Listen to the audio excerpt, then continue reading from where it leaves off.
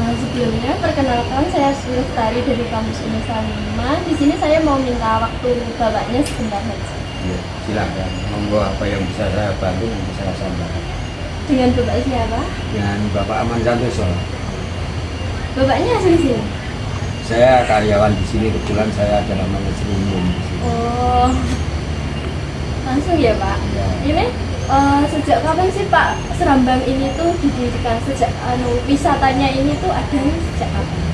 Sejak 2017, tepatnya pada Desember 2017, peresmian pembukaannya sekarang. Terus bagaimana pengelolaan sampah dilakukan di kawasan wisata? Apakah ada pemilahan dan juga pengolahan limbah organik dan juga anorganik?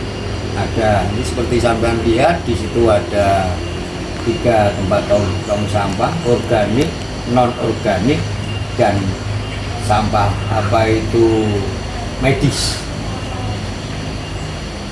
Terus bagaimana pengelola mengedukasi pengunjung tentang pentingnya menjaga lingkungan?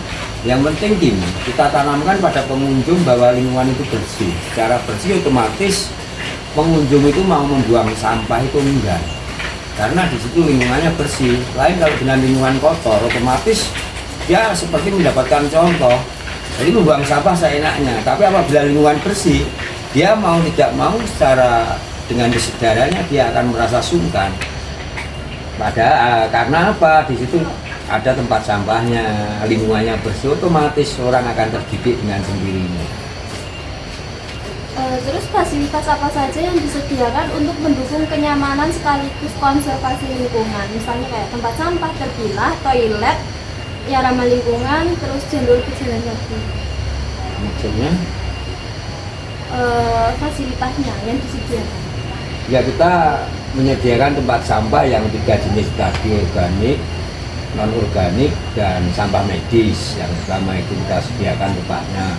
Toilet kita kasih tempat toilet juga sendiri-sendiri. Mereka juga toilet itu terbagi dari setiap titik itu bahkan ada 3 sampai 6 kamar toilet. Itu ada yang putra, ada yang putri. Kita terbagi sendiri-sendiri. Dan kebersihan toilet di sini saya rasa ya bisa dibandingkan dengan tempat yang lain. Nanti sampean bisa cek sendiri. Walaupun fasilitasnya sederhana, tidak semewah seperti tempat yang lain, tapi kebersihannya kita jamin. Suatu misal bau yang tidak sedap atau isi mampet, saya rasa tidak ada. Semuanya safety dan higienis. Terus bagaimana pengelola itu memastikan fasilitas tidak merusak ekosistem di sekitar? Kita istilahnya kita tonjolkan pada wisata alam yang murni. Suatu misal kita membangun jalan, kita tidak boleh menebang pohon. Jadi kita harus menghindari pohon. Jalan itu harus menghindari pohon, bukan kita harus memaksakan jalan itu. Jadi yang unsur utama kita adalah tidak merusak alam. Di alam kita adakan apa adanya, kita membangun tapi tanpa merusak. Jadi hanya kita di tempat-tempat yang sela. Suatu misal kalau panjenengan nanti masuk di dalam itu ada jalan yang di tengahnya ada pohon, kita tidak akan nebang karena kita sangat istilahnya mencintai pada lingkungan. Jangan sampai ada pembangunan tapi di sisi lain kita malah merusak lingkungan seperti itu tujuannya.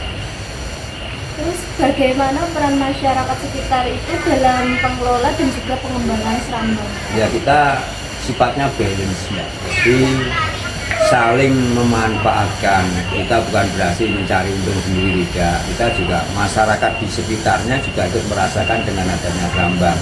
Suatu misal itu seperti warung-warung di depan itu juga warga masyarakat sekitar. Terus parkir, terus ojek itu dikelola oleh Pak Darwis dari masyarakat di luar manajemen Serambang. Kolaborasinya seperti itu. Jadi masing-masing bisa saling mendukung. Jadi sama-sama jalan. Kita jangan sampai kita istilahnya benturan dengan pihak masyarakat. Serambang berjalan, masyarakat ekonominya juga berjalan.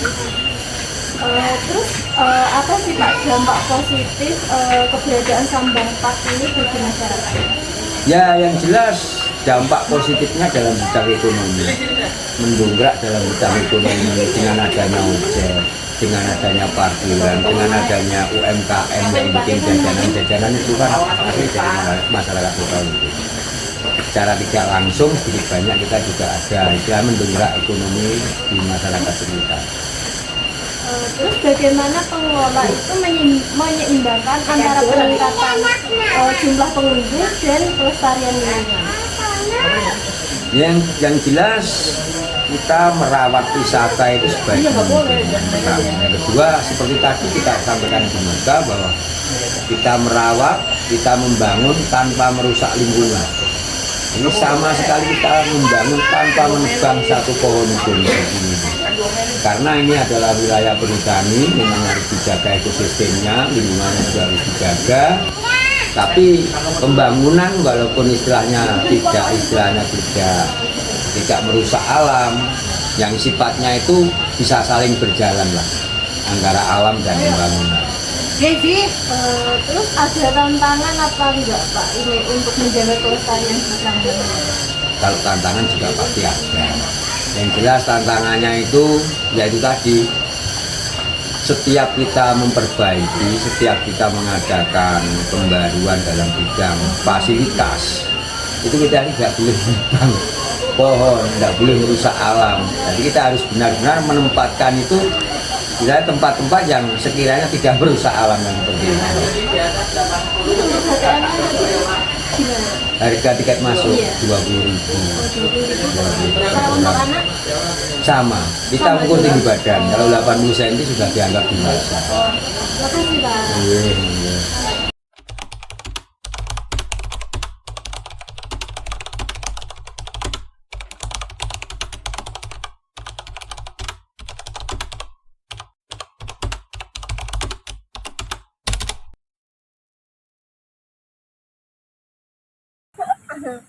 Permisi Kak. Sebelumnya perkenalkan saya Sri Lestari dari kampus Unesa 5. Di sini saya mau minta waktu kakaknya sebentar saja. Apakah boleh? Boleh. Sebelumnya dengan kakak siapa? Saya Lia. Kakaknya berasal dari mana? Saya kebetulan dari sini Ngawi, tapi Ngawinya Ngawi Timur, Karangjati. Oh, Karangjati. Iya. Langsung boleh ya Kak, langsung ke wawancaranya? Boleh. Yang pertama tuh apa sih yang menurut kakak itu menjadi daya tarik di Tambang Park ini? Tambang ini kan masih asri ya Kak ya, masih sejuk suasananya, lalu banyak spot foto yang menarik. Selain itu juga ada air terjunnya sih Kak yang membuat saya betah di sini. Terus apa kakak itu mengikuti aturan terkait kebersihan dan juga pelestarian lingkungan selama berkunjung? Iya, saya selalu mematuhi Kak, seperti membuang sampah di tempat sampah, tidak membuang sampah sembarangan, gitu Kak. Terus gimana pendapat kakak tuh tentang fasilitas dan juga upaya konservasi di Serambang Park? Fasilitasnya cukup baik ya Kak ya, seperti toiletnya tuh bersih, lalu parkirnya juga cukup luas. Untuk upaya konservasi itu juga cukup informatif karena disediakan papan-papan informasi tentang menjaga kebersihan seperti itu Kak. Oke.